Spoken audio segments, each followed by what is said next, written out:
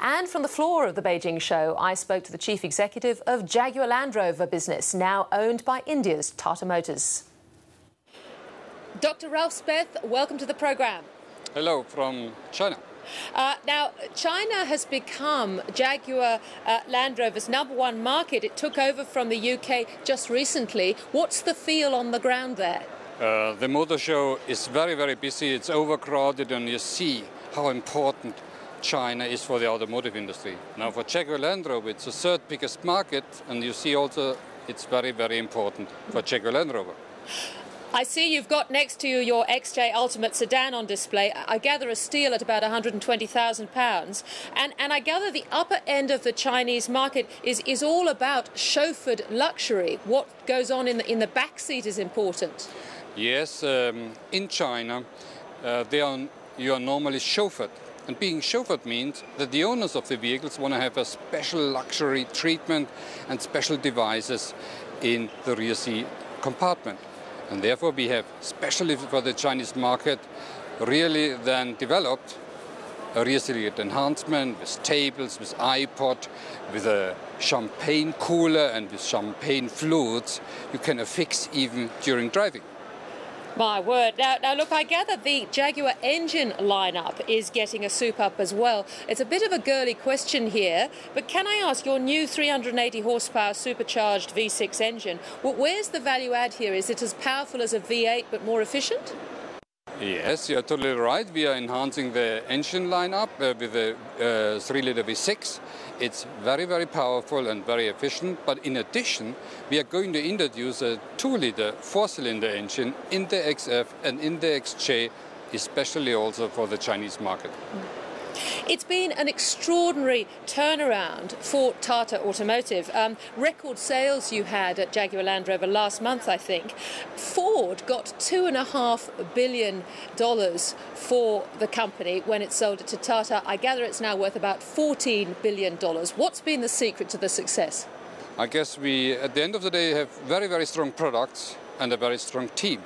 Business is people, and our teams worked really hard and stressed and delivered something sensational. And in addition, we over-proportionally invested in research, in development and in growth.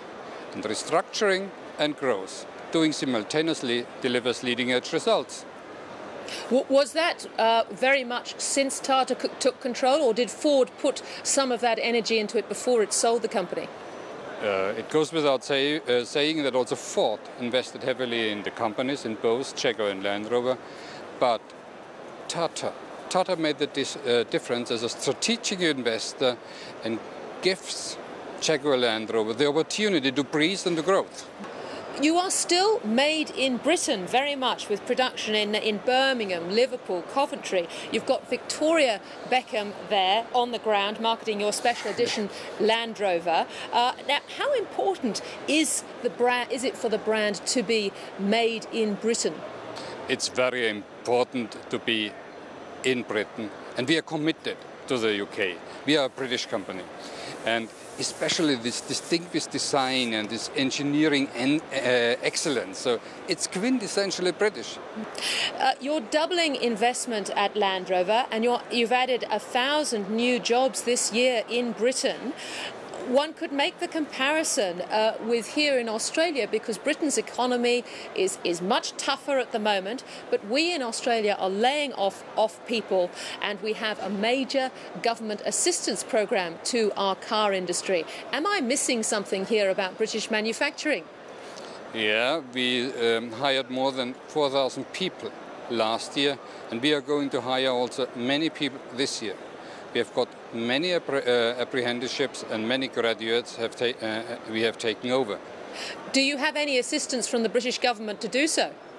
I guess the overall perception about the British industry, and especially about engineering, changed. And engineers are by far better positioned now than quite a while ago.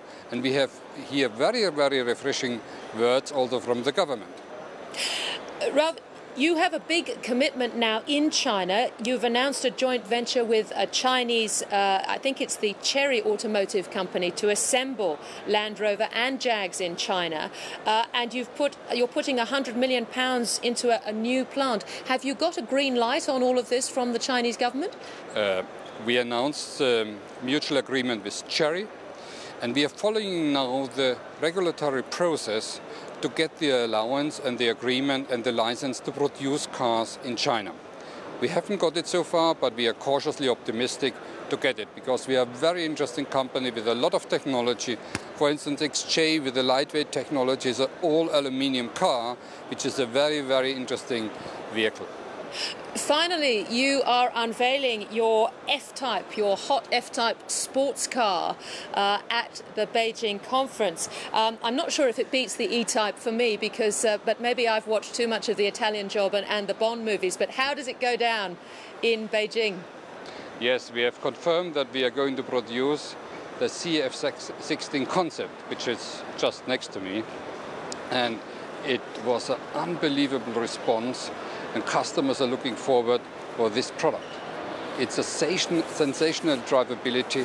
It's very, very precisely to steer, and it's fun to drive. Dr. Ralf Speth, you have a very, very fun job over there. Thank you very much for joining us. Thanks a lot. Thanks a lot. Bye.